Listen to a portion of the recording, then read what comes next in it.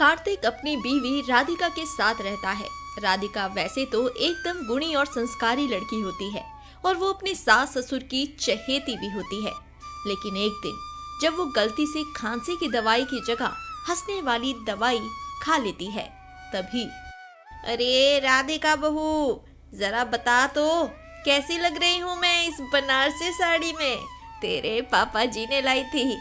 आज सुनैना की बेटी की शादी में जा रही हूँ।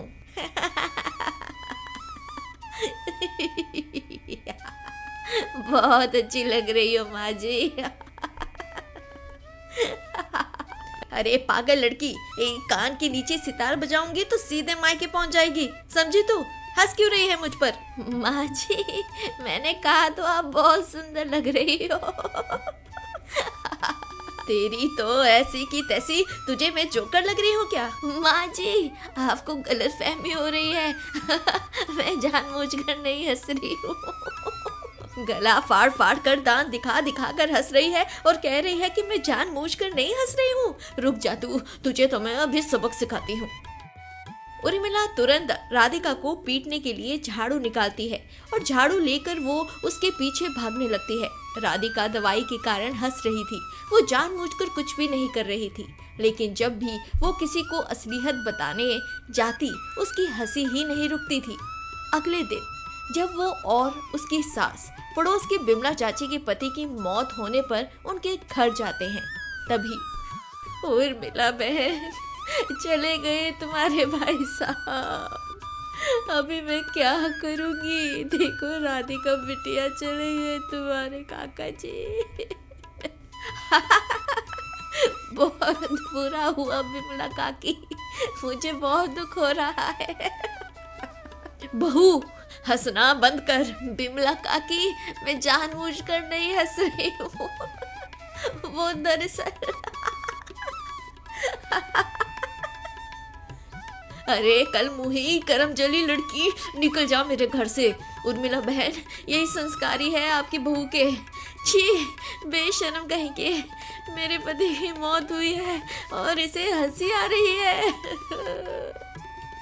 माफ करना बिमला बहन, लेकिन वो बिमला के घर वाले उर्मिला और राधिका को वहां से बाहर निकाल देते हैं और ऐसे ही राधिका हर वक्त गली मोहल्ले के लोगों के सामने लगातार हंस हंस कर अपनी और अपनी सास की इज्जत की धज्जियां उड़ाने लगती है। एक दिन, बहू, मैं आ गया हूँ गाँव से, चल अब जल्दी से मुझे गर्मा गर्म अदरक की मसाले वाली चाय पिला दे।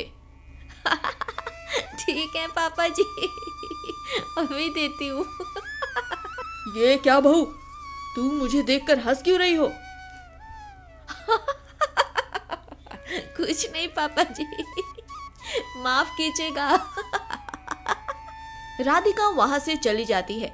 फिर एक रोज, पापा, वो मेरा जिगरी दोस्त अंशु, उसका एक्सीडेंट हो गया है।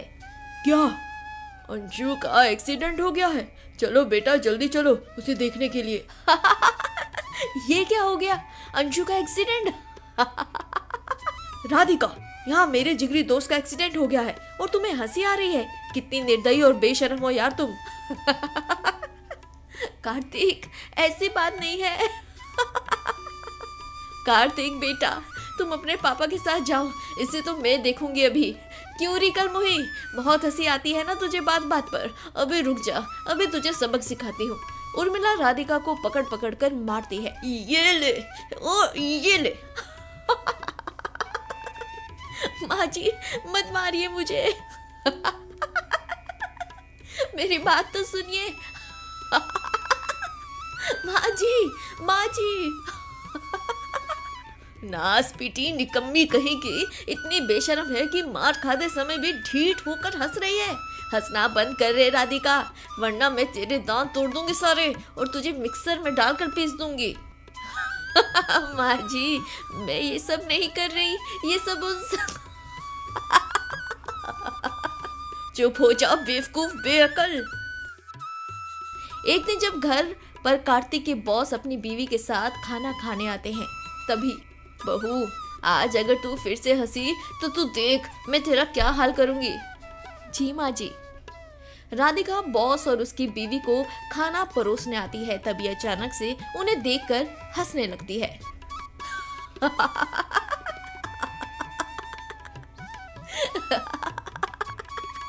ये लीजिए, ये मैंने आपके लिए बनाए हैं स्पेशल छोले समोसे। कार्तिक, ये तुम्हारी बीवी मुझे और मेरी बीवी को देखकर हंस क्यों रही है? नहीं नहीं सर जी, प्लीज मेरी बात सुनिए। शेखर, चलो यहाँ से और इस कार्तिक का प्रमोशन बिल्कुल कैंसिल कर दीजिए। बहुत हुआ, हमारा मजाक बनाने के लिए बुलाया था क्या? और तुमने कार्तिक? नहीं सर, नहीं मैम, प्लीज मेरी बात तो सुनिए। रुक जाइए सर। मैम। कार्तिक के बॉस और उनकी पत्नी वहां से रूठ कर चले जाते हैं। देखा, तुम्हारी वजह से मेरी बॉस और उनकी वाइफ दोनों चले गए रूठ कर। अब मुझे प्रमोशन भी नहीं मिलेगा, सिर्फ तुम्हारी वजह से राधिका। बस बहुत हुआ इस चुड़ैल का नाटक। अब तू इस घर में नहीं रहेगी, निकल यहाँ से और जा, बाहर जाकर जितना हंसना है हंस ले, जा यहाँ से। लेकिन माँ जी मेरी बात तो सुनिए माँ जी। उर्मिला राधिका को घर से बाहर निकाल ही रही होती है कि तभी वहाँ पर ससुर आ जाते हैं और उर्मिला को रोकते हुए कहते हैं, रुक जाओ उर्मिला, बहू के हंसने में उसका कोई दोष नहीं है। क्या? पापा, आप ये क्या कह रहे हैं? आपको भी अच्छे से पता है कि राधिका कैसे बेवजह हंसती रहती है और दूसरों की भावनाओं को ठेस पहुंचाती रहती है। हाँ, लेकिन वो ये सब जानबूझकर नहीं कर रही है, क्योंकि उसने हंसने वाली दवा खा ली है। क्या? क्या? उर्मिला, हंसने वाली दवा? हाँ पापा जी, एकदम सही कह रहे हैं। उस दिन जब बहू खांसी की दवाई लेने गई होगी, तब उसने गलती से इस दवाई को खांसी की दवाई समझकर खा लिया होगा। ये दवाई किसी और समस्या की है और इसे 2 चम्मच से भी अधिक मात्रा में खाया जाए तो इंसान अगले 1 महीने तक बात बात पर हंसते ही रहता है। ये सच जानकर उर्मिला और कार्तिक हैरान रह जाते हैं। क्या? इसका अभी एकमात्र उपाय यही है कि बहू को हम डॉक्टर के पास ले जाएं। बहू, हमें माफ कर दो, हमें नहीं पता था ये सब। हाँ राधिका, मुझे भी माफ कर दो, लेकिन तुम अब चिंता मत करो, डॉक्टर सब ठीक कर देंगे। डॉक्टर को दिखाने के बाद डॉक्टर की नई दवाइयों से राधिका 2 से 3 दिनों में ठीक हो जाती है और हंसना बंद कर देती है। इस कहानी से हमें ये सीख मिलती है कि हमें कभी भी किसी भी दवा को देख परख कर खाना चाहिए, वरना लेने के देने भी पड़ सकते हैं।